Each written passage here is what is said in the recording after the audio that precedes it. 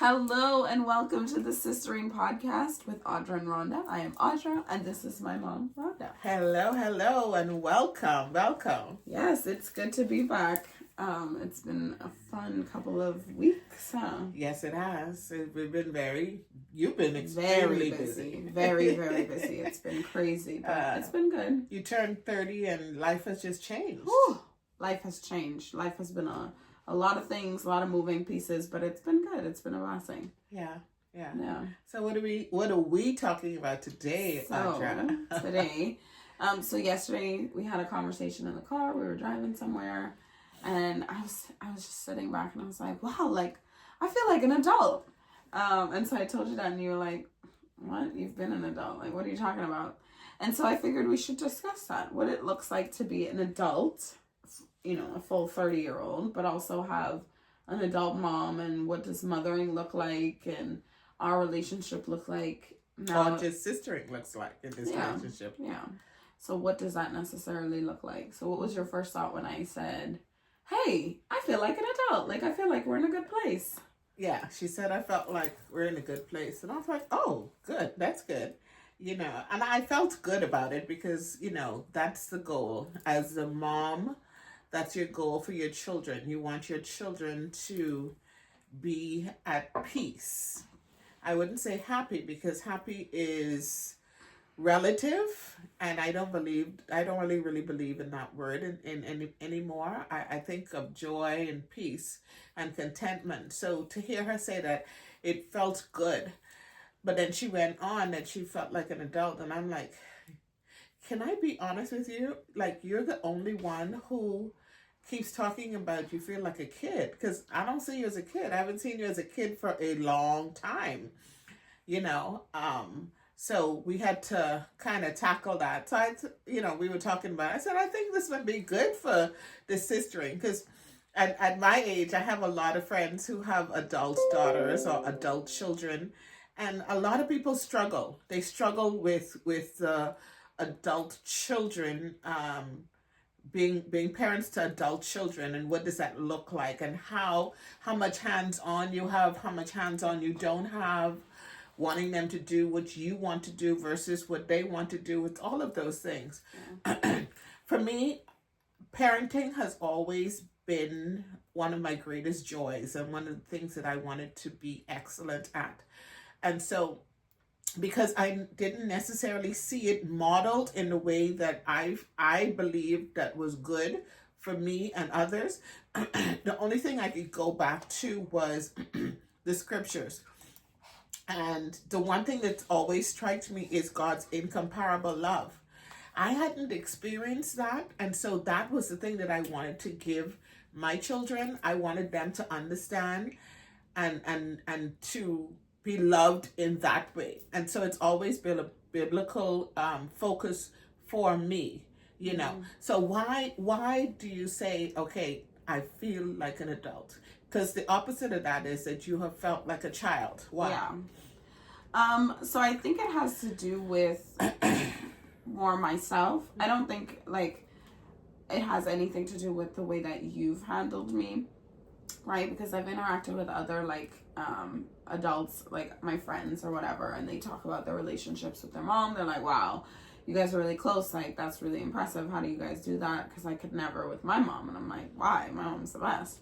And they're like, because my mom's overbearing. Like, she pushes her ideas, and if I don't really go along with it, she's an attitude or whatever. And I was like, yeah, my mom's really not like that. Like, and so I was processing it, and I'm like, oh, like, I think it had to do with my own mentality. I feel like I made a lot of dumb decisions when I was in my, I'm a grown-up phase. And I was like, I'm finally an adult, so I can do whatever I want to do. And I didn't necessarily process that my decisions had consequences for the people around me as well as me. And I just wasn't processing all the way, and so I was like, I can make my own decisions. This is good. And then I look back and I was like, I did not make great decisions. And so I didn't trust my decision-making abilities. And so because I trusted you and I knew that you had my best interest at heart and that you loved Jesus and all that, I kept asking you, like, what do you think I should do? What do you think I should do? Tell me what I should do. Tell me what I should do. And you'd be like, I don't know, you tell me. And I'm like, oh, tell me what to do. I don't trust my own mind.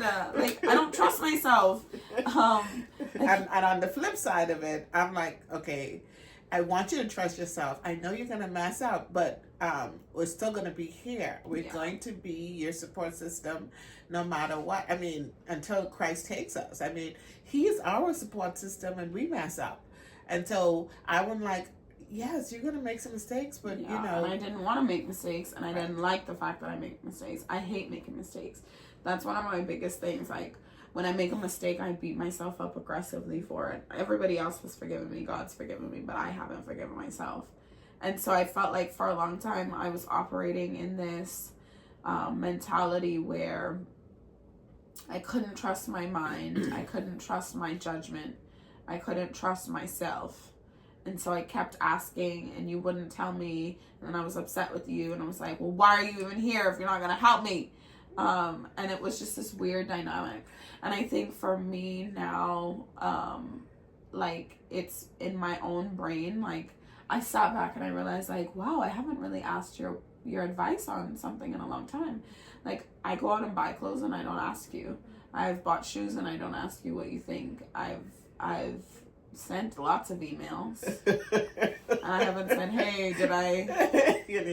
Can you just read this real quick? Make sure it's...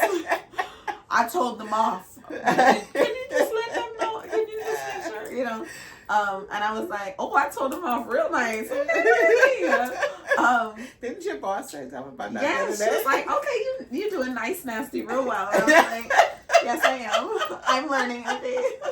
And I formulated that email myself. But see, the thing with it is that as the mom of an adult child, I see myself in a mentoring role, right? Not a parenting role per se. Yeah. So asking those questions on, hey, does this email work or not? I believe that was okay. And once you have it, you have it. So you have it now. You know, so I don't think there was anything wrong, even though you said you saw yourself as a child, right? So my thing is, if we have help and support, why not use it? Yeah. Why not use it? Yeah. You know? And I think the key thing, though, is like, a lot of people will offer help and support, but then are not nice when you don't follow what they want. Mm-hmm. For example, well, I'm looking after your children. Mm-hmm. So I should be allowed to do whatever I think is right. And I should be able to do this or that or whatever. And that's not okay, mm-hmm. right? So mm-hmm. for us, it's never been that. Like, I'm very strict on bedtime. Like, bedtime is a huge thing for me. Like, my kids go to bed at 6:30. Like, that's a thing. Because I need my time to decompress, and they need rest. Children need 6 hours, and so if we're waking up at 12 hours, and if we're waking up at 6:30 in the morning, then they need to go to bed early.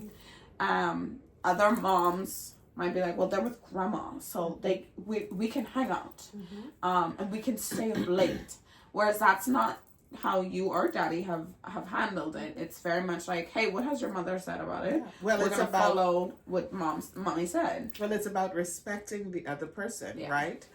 I don't have a control issue. I have to control my own life. I don't want to control yours too. I think somebody said to me one time, oh, my husband wouldn't want his parents to be in close proximity to us like that, or live in the home or whatever. Yeah. And I don't know. I've seen other cultures who have the multi-generational families in the home. And I see the benefit of children learning. Because I see the other side of it where everybody is all across the world in different places and they have no support. They don't have anybody. And I believe that they lose out personally. Yeah. Even though I may not have had the best family dynamic, we had multi-generational things. We spent so much time with my great grandmother, and yes, she was older, but the things that she brought into my life specifically are invaluable to me now. Right. And I think in a lot of ways I model my life about things that she has done. I remember summers going to my aunts. They were my aunts with my father's cousins, but they were older, so they were aunts. And we would go to the islands and we would spend the summer with them. If you don't have that type of support system, then I believe your children and you lack, because when does somebody get a reprieve? Yeah. Do you know what I mean? Yeah. And we bring different things to the table. Yeah. But again, it's about mutually respecting each other. For sure. You're the parent. God didn't give these children to me. He gave them to you. And so it's you and their father's job to teach them and to train them. Right. And, you know, with your dynamic especially, it's like, okay, well, there needs to be just a little bit more support too. Yeah. You know, so I'm a proponent, if you didn't understand, I'm a proponent for multi-generational living. I mean, I think it's great. For me, it's one of those things where, as a single mom of 2 small children, like, it is helpful having other humans in the house. Just because on the moments when I'm tired and stressed and don't have anything to give, you all can hear that and say, hey, we can step in, it's okay. And I trust what you're going to say and do, and so I can give over that moment or that space. And you're going to push down on what I've already said, which I trust. To be honest, like, once I find a husband and, like, I get married and all that, like, y'all can't live in my house with me, you know, because, like, you know what I'm saying? But I do want y'all very close. Yeah, and that's, and, you know, and so again, even within the multi-generational living, like, I think it'd be cool to have, like, a lot of land and houses really close to on the land and all of that. So I know when we did live with you guys before, it was like that. We lived in a separate portion of the home. In other words, it was like a separate apartment type deal. Yeah. And from my husband and I, we were like, we want our own separate spaces, we want our own separate parking, we want our own separate kitchen, all entrance and exits. Yeah. And you guys were the one who were like, no, we don't want you all to have it. Not you guys. It was more me. But I think it was because I knew I was in a really unhealthy relationship. And I knew I needed you guys physically in the house. I knew I needed that. Because it was really unhealthy and it wasn't a safe situation. And so I knew that I needed eyes in the house. And so that's why I think I was pushing for that. I didn't realize it at that time, why I was fighting for it and why I really needed it. But I looking back, it's like, no, I needed y'all physically in the house to look at the things that I'm seeing. Because my eyes were so clouded, but I knew something wasn't right, you know? Whereas this next time around, like, I would hope that he is a good, godly man that I can feel safe with and trust. And so I won't need you all that close, you know what I mean? I think there was a protection that you all brought that I needed at that time, you know what I mean? And I think that's important, right? What's the sense of having a family if we're not able to support one another in those hard times, right? In the good times, why have a family if they can't be the ones that are supporting you? I don't know. For me, it's this dynamic of the world saying ambition and chasing after things and career and success. You know, people keep saying it. Nobody on their deathbed is saying, oh my God, I so enjoyed my accomplishments on my job and my career. Right. They're always looking for the people that they love. Yeah. And so if we're not putting in the time and energy to give to those things, then we're losing out. Yeah. And again, you may have great friends and everything like that, but at the end of the day, you know, if you could nurture your family in the way God would have you nurture them, then I believe that that's the best proponent for every single thing. You get to share generational stories and different things with your children, you know, and it's just, I don't know, it's just a beautiful thing that I think it's good. Yeah, I agree. You know, and I think it's a great learning ground for children, but it's also a great learning ground for adults, you know. For sure. Even as you moved after your divorce, and you said, I want you guys with me. You Yeah. know, I need you guys with me. I said, okay, fine. And God is so gracious, right? You Yeah. say, hey, I want this, I want the next thing. Yeah, I And wanted a smaller house. But not just a smaller house, you wanted a certain amount of bedrooms. Oh, for sure. You know, it was like I needed it to be smaller because that other house is too big, and I'm cleaning. I don't like a big space to clean all the time, and I was like, but we need each room for the girls. We need a living room. We need a yard. We need a pool. We just need space, even though it's not humongous, and you guys need your own separate wing almost. Yeah. And there was just things that we wanted that were difficult to find in a house, you know. But God did it. He gave you everything you wanted and more. Which Yeah. is, you know, and see, for me it's okay, you know, favor isn't fair, and so you got that favor, right? And so God has blessed you in that, and you know, now like you said, okay, she's settling in, she's blossoming. Everybody, even, you know, some of the people who know her, they're like, whoa, you know, okay. And I look at her, where were we yesterday? We were someplace, and Myra and I were together. Oh, we were in a restaurant, and she was at the counter or something, and I looked at her and I said, that's my girl. That's my girl. You know, as a mom, you watch your children over the years, and you've seen them grow and fall and all of this stuff, and you know, there comes a point when it's like, okay, they've lost their way a little bit. And I looked at her and I was like, okay, she's back. Like, it's so cool to watch them take charge. The other day I called her.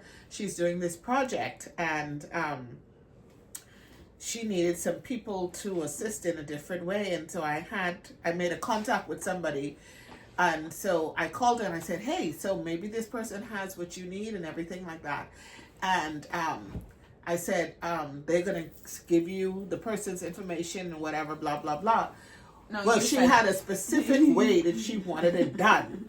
You're like, hey, give me the thing and I'll give it to her so she could give it to them. And I was like, no, they need to reach out to me. Like, yeah, no, you said, I want the information so that I can reach out to them specifically. And I loved that, right? Because there was a time when we had a conversation at the Godparent Center. She runs our Student for Life program. And she would come in, Mommy, what you think about this? Mommy, what you think about this? I said, oh my God, you're the head of the department. You make the decision. Just make the decision on what you think it is. And Mommy this and Mommy this. I said, listen, at some point you have to determine whether you're going to be an employee or an employer. Employers make decisions and they have to run with it and trust it, even if it messes up. I said, so right now you're acting like an employee. So you need to figure out who you're gonna be. And I was like, that was so mean. that was about 8 years ago. Yeah. But guess what? Baby. Yeah, but guess what? She's now an employer. She's a leader. She's making those decisions. She, on this particular project, she's kind of told me what it is, but she hasn't come to me and says this or that. She's like, boom, this is what I did. This is what I did. This. I was like, okay. And as a mom, that is amazing. I watch her and I'm like, oh my God, she's so good.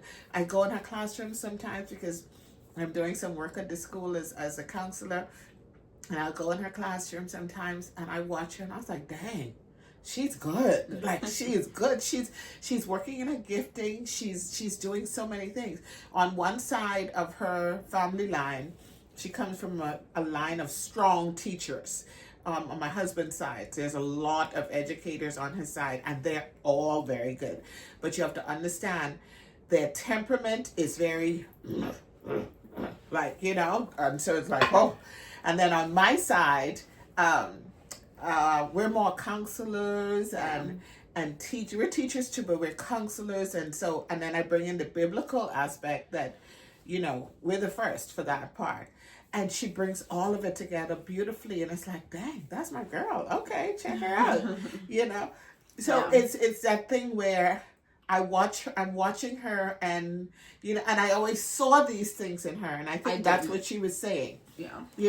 She didn't see it, but I saw it, and I knew what she was capable of. Yeah. And so for me, it was, how do I gently prod her? How do I help her to walk? And again, it's that elder woman from the Bible teaching the younger woman. You're a woman, and so it's my job to teach you, and even with recipes, right? Yeah. Bahamian recipes. I'll say to her, chefing it up now.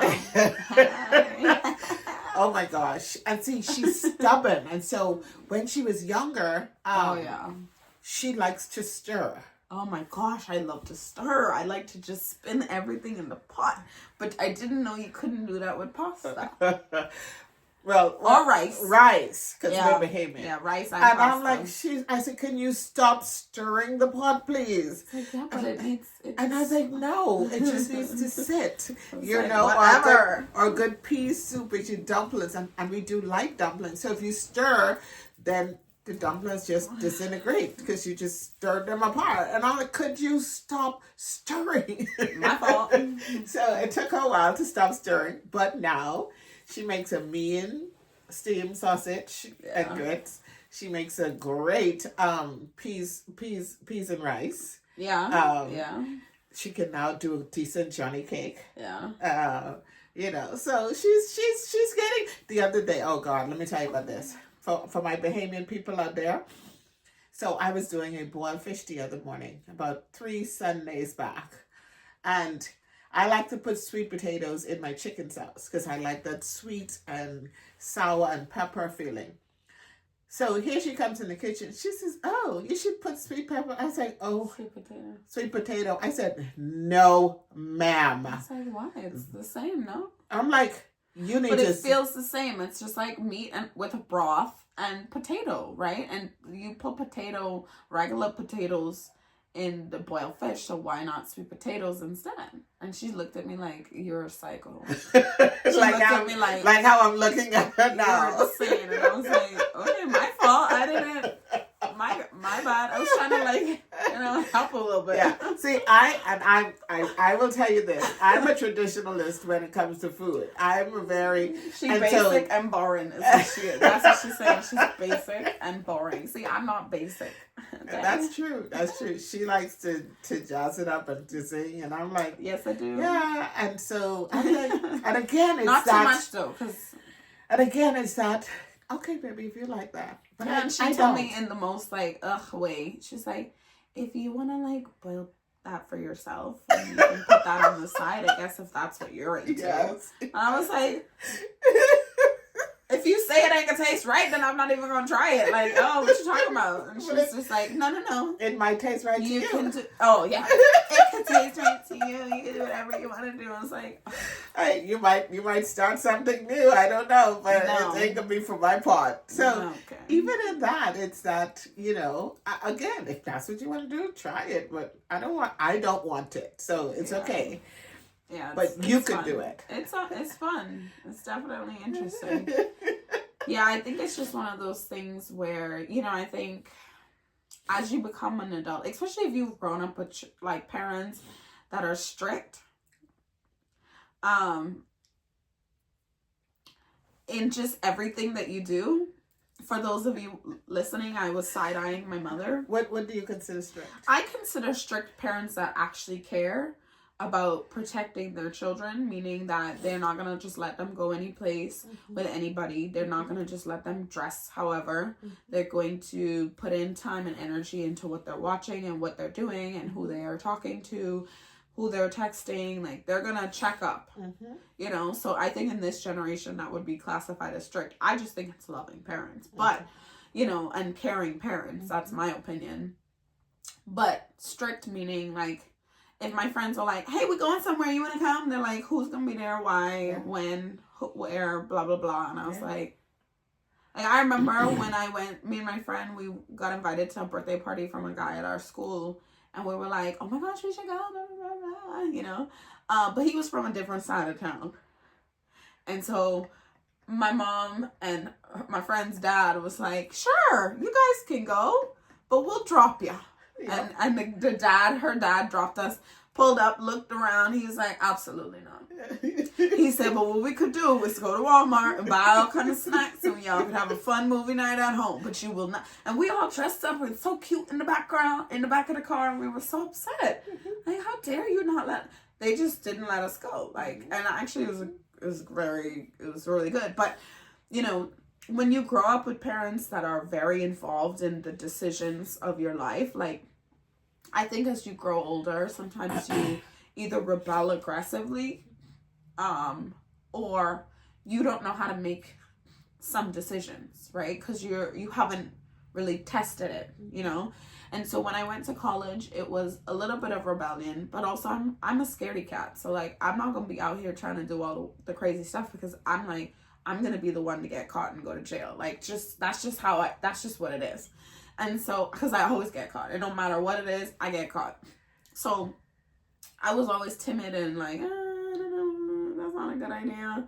But then rebellion hit, and I was like, I'm in my own apartment. I can do whatever I want to do. There ain't nobody here asking me no questions. Okay, let's go. And then I realized, oh, that's a bad decision. And so I think like people that grow up with strict parents either rebel aggressively and run so far away from what they've been taught that it's difficult to get back, and they've messed their lives up so much. Do you know what I'm saying? And I think along the way that it's hard to fix. I would venture to say it's about the relationship. We always kept the relationship open. Yeah. There was always dialogue. Yeah. No matter what. There was never a point where there was no dialogue happening. Yeah. You know. Because I did call you and tell you wild stuff, and you were like, what? Right. And also, so then, don't do that. Right. And so then we would pray. And people are like, why would you tell her? Why are you talking to your mom? Like, I would be going out getting dressed for the party, and all the friends, like, we're about to do crazy stuff. And my friends are like, why are you on?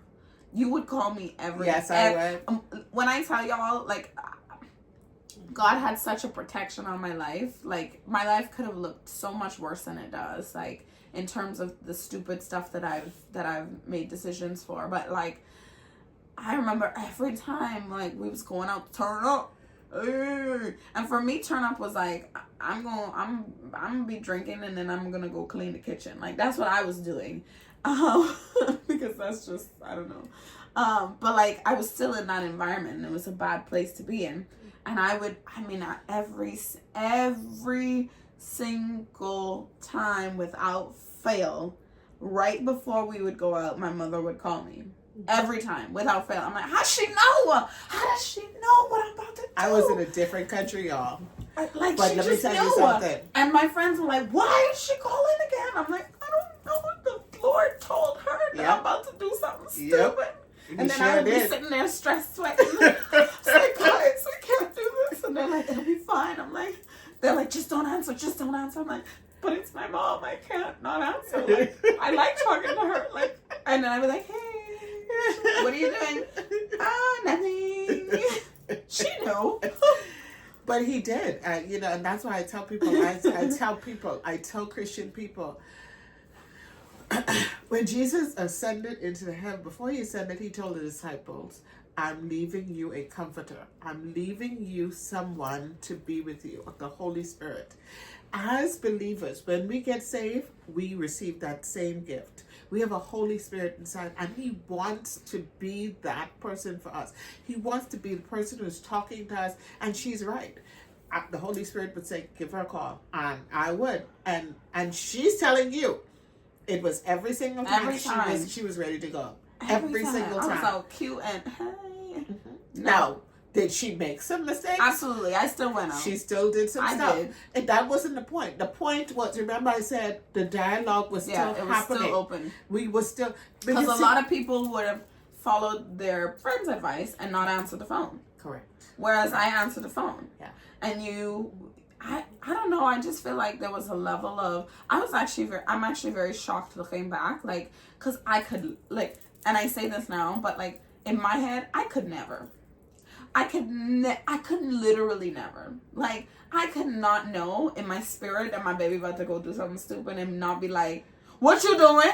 Like, and you were just like, oh, how are you? Like, you were so chill. And I was like, but she know though. And you're like, baby, be safe.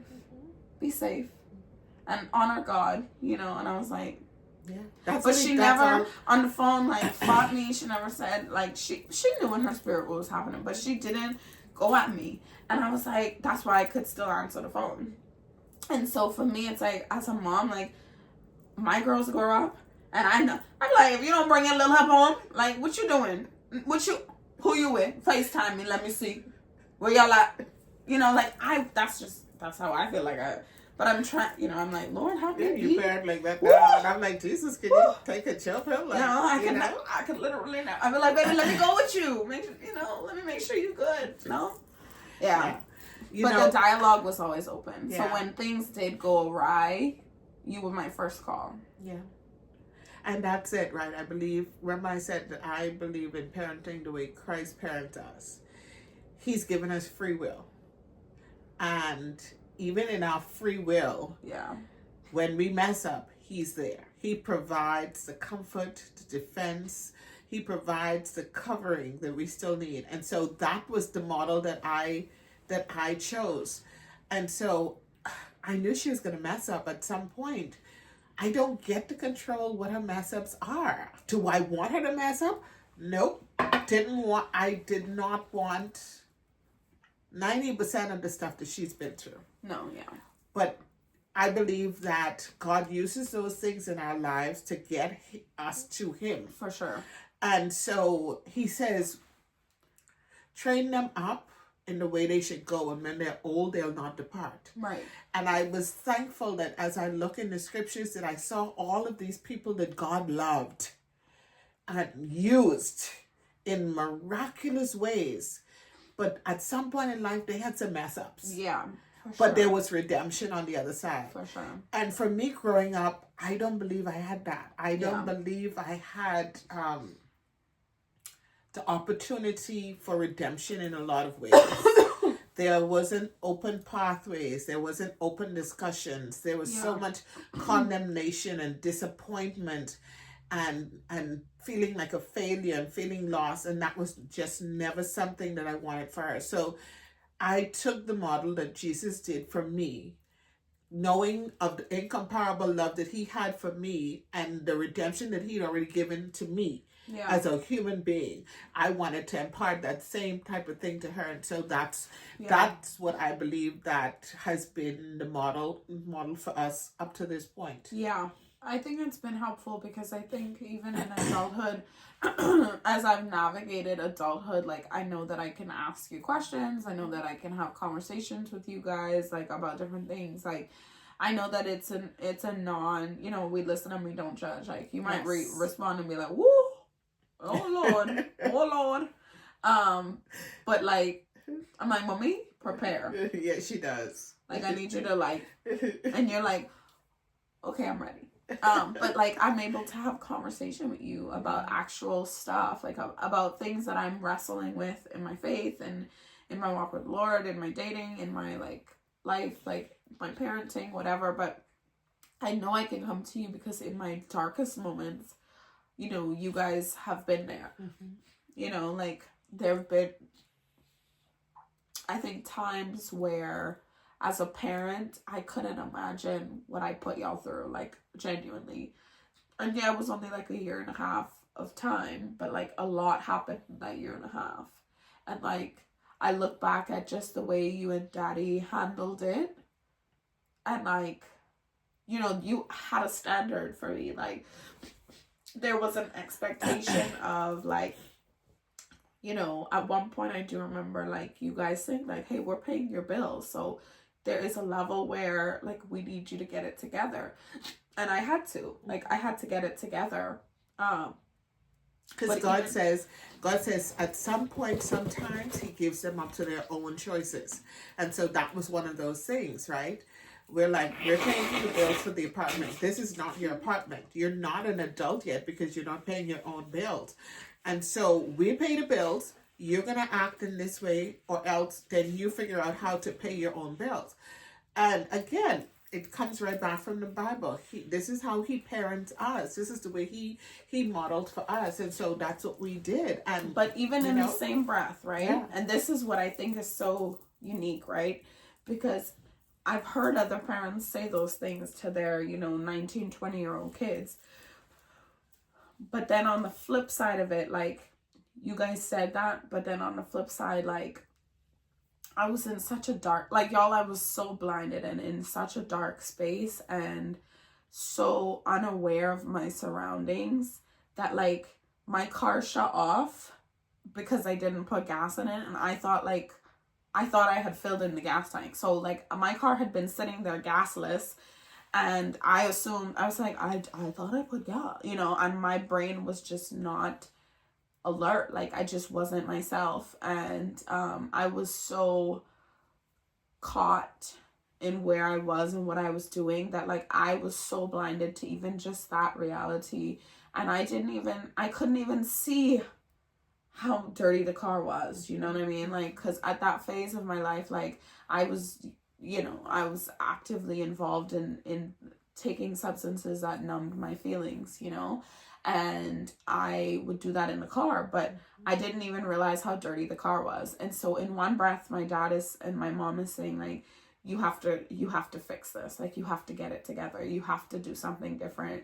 Like, we cannot continue to pay to live like this. But then on the flip side, like, daddy's in the car, like, deep cleaning my car, And, like, I can't imagine what that felt like for him.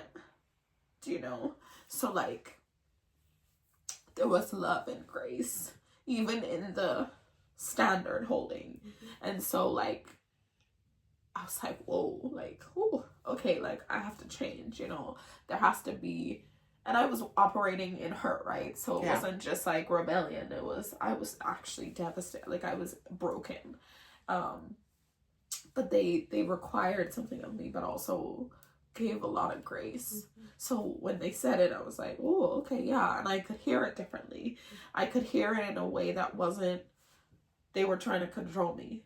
Do you get what I'm saying? Like, because daddy's like, Audie, like, your car was empty with gas, but you were too, just to be fully honest, like, but you were too high to notice. Like, like, your car was filthy with this stuff and you were too high to notice. Like, and he's like, I can't continue to pay to watch you kill yourself like this. And that really was what it was. So it was like, even in the standard holding, there was grace and love and compassion that was given on y'all's part. And, like, that's a tough thing to do as a parent. Because, like, I'm no longer at the age where you can discipline, like, we're taking away your phone, we're taking away, that's not where I was, but you all handled it with such grace. And so as I then moved forward, like, I was nervous and I didn't want to mess up again, because all of those decisions I made during that season, like, they affected you all. You all had consequences because of my decisions.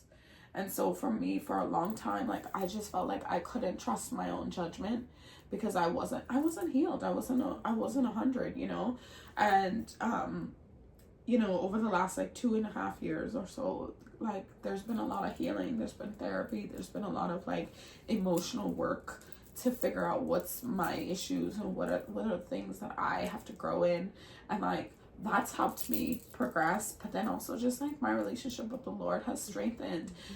At that season, like, I chased fun because that was what felt better, because I was broken and I was hurting and I wanted to just have fun, and, like, it really pulled me away from God, and so now it's like at 30, like, I'm fully healed, I'm fully happy, like, God is working so miraculously in my life. And, like, there's this level where I was telling you, I'm like, I've, like, changed my definition of fun. Like, I've been able to, there's this clarity and beauty in my life. And so there's ability to have relationship well, because I'm whole and healed. Yes. And I think a lot of people operate in relationships unwhole and unhealed. And they have these wounds that are bleeding out on everybody. Yes. And they're like, why can't we have a relationship? And it's because this unhealed wound is bleeding out everywhere. And so then you're hurting people that you love because you're not healed. Yes. And I, you know, when I said like, wow, I feel like an adult, I feel good, I feel like I'm in a good spot, it's because I feel healed. Like I feel, you know, like just in the last week or two, I'm like, previously, all of these feelings, like I would be heightened and frustrated and just, oh my God, leave me alone. And I actively said, I don't want to do that.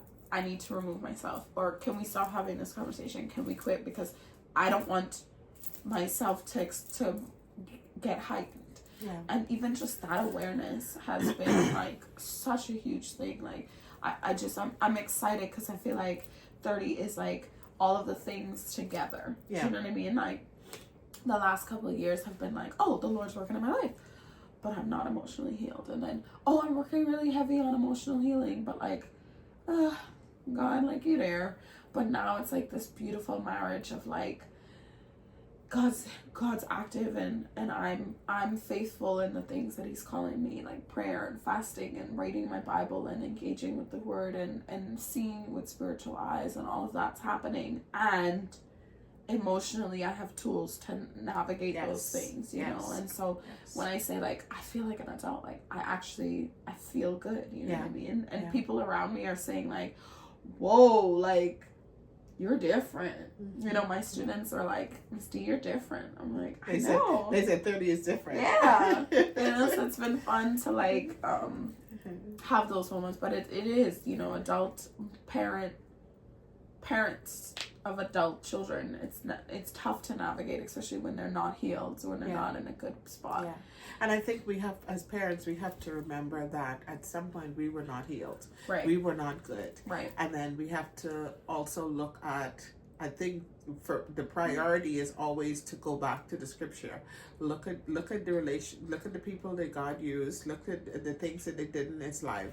Look at what God has done in your own life, and then impart that same type of thing within your parenting with your own children. Right. That's what I believe, you know? Right. So, you know, so I this has been good. This was interesting. This is an interesting one. This is cool, I guess. I don't know if I love it, but I think it was fine. It was good. Felt like a therapy session. Well, that's what I do. Oh, no. Oh, gosh. I hope that this episode gave you a little bit of just insight into our relationship, but even just into the realities of, like, you know, mother-daughter relationships as an adult and, like, how that looks. And I don't know what this would help people with, but I hope that it helps someone. Well, I hope it's mothers and daughters, and then it's sistering, right? Because she's also my sister in Christ. She's not just my daughter. Right. And so how do I impart those things to her? So, you know, if you have any questions, any thoughts, any ideas, shoot them to us. Reach out. You know, like, comment, subscribe, share, all the things. Share it with people so that, you know, people could hear. We love you. We love you. We do. And we enjoy doing this. And we hope you enjoyed this episode. Yeah. We'll talk with you later. All right. Bye. Bye.